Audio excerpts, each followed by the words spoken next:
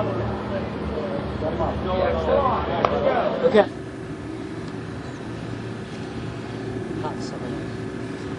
Hi, this is Beth for Rock Live. Tonight I'm at Network for a second interview, a little more in-depth with Mona Lisa. I'm going to pass the mic around and let the guys introduce themselves. I'm Michael Leigh.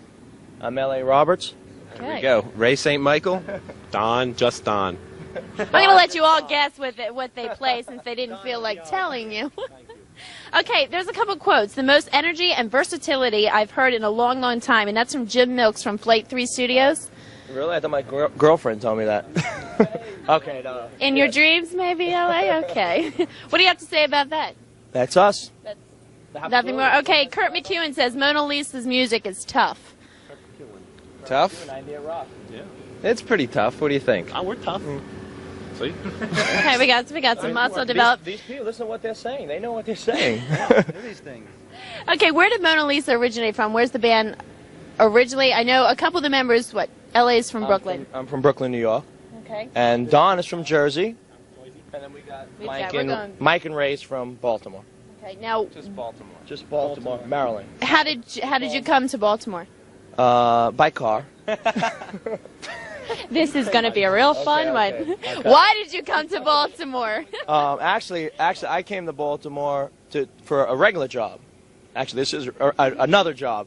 An advertising company. I was going to do advertising for a big firm in Baltimore. So I moved here about 6 years ago. Okay. And left the band in New York and came here. In fact, Ray was working for the company when I got here. He was working for that company that I came to Baltimore for. He played bass, I played drums. We got together. We said, let's start a band in Baltimore. You know, we said, great. Found Don. In fact, Don came from New Jersey at that time working. Don, what were you doing? New Jersey? No. When I came here, I'm working. Right. What were you doing? I was working for, can I say this? Yes. Westinghouse. We want to know. No, you don't want to know. It's boring. He's an engineer, you know. Shh. I drive trains for a living. Beauty and brains and talent all at once. Okay, what were you doing? What was I doing? Sleeping. We were asleep. No, I was just hanging out. We auditioned like 40 singers until we found Mike. Okay. Yeah, at least. Now, Mike wasn't your first singer. No. Our first singer was a guy named Rick Thomas, so we played with him for about a year and a half, Ray? About a year and a half, and things didn't work out. You know how bands are, just members clash and personalities don't work. So we just, that separated.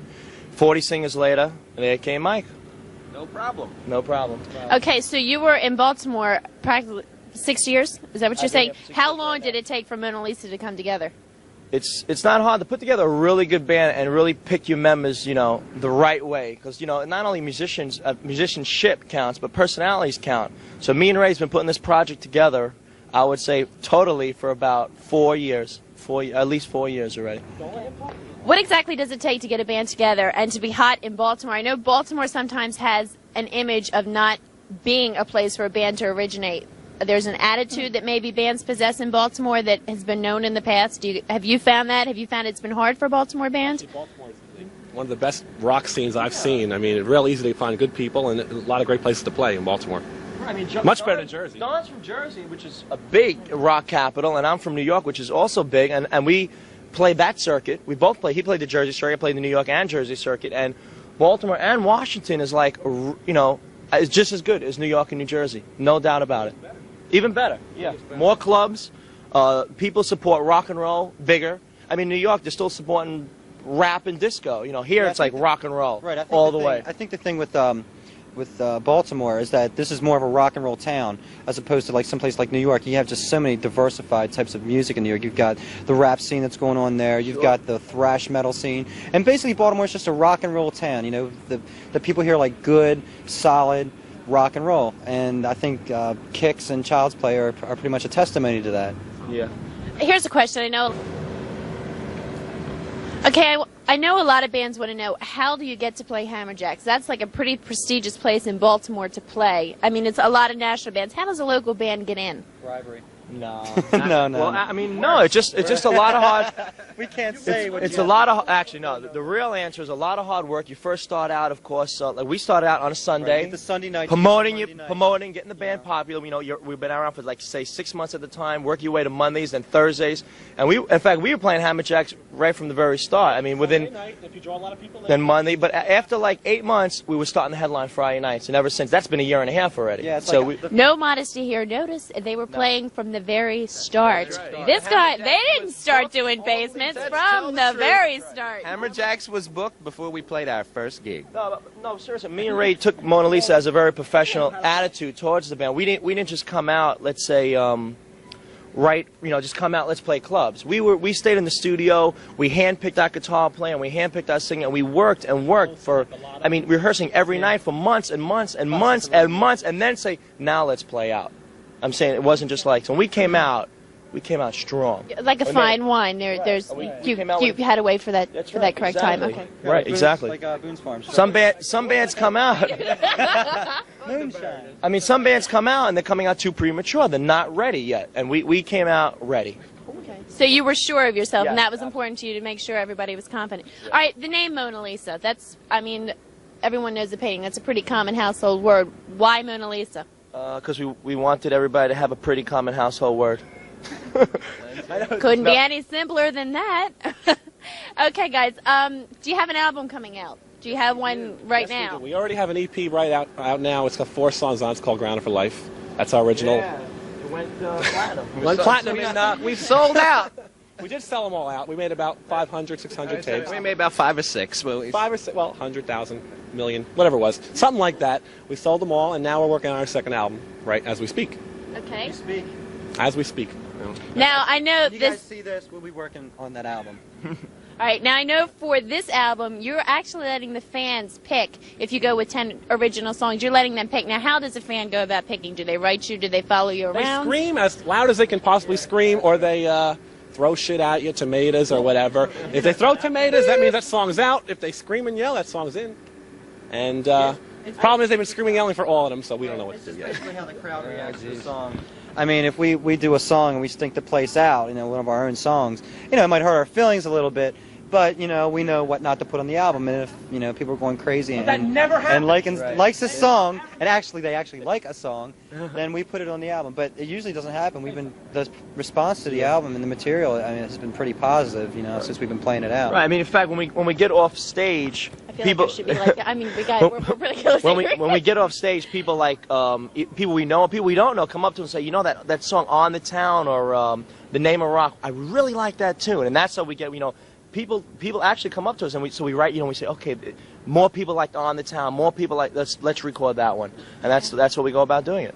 Okay. Now I know you were on rotation for a while with 98 Rock and 97 Underground. What's it like to hear yourself on the radio? It's great. It's the best feeling in the world. I mean, other people love your music, and you're driving down your car, and just your music. It's great. I love it. It's a really the best. It's the best high. Ever. It's even nice when you hear the advertisement for the club that you're playing at, and you hear your name, and it's kind of cool. You kind of get a little smile on your face. Yeah, it's really nice. Yeah. Okay. And I know you were on 97 Underground's The Beast from the East, Volume 1, and you got on that album without even playing out in a club yet. Yeah. I mean, it was sort of like accidental winning of a contest. Well, we didn't even know we were in a contest when we submitted the tape. This is the funny story. I got to tell you this story.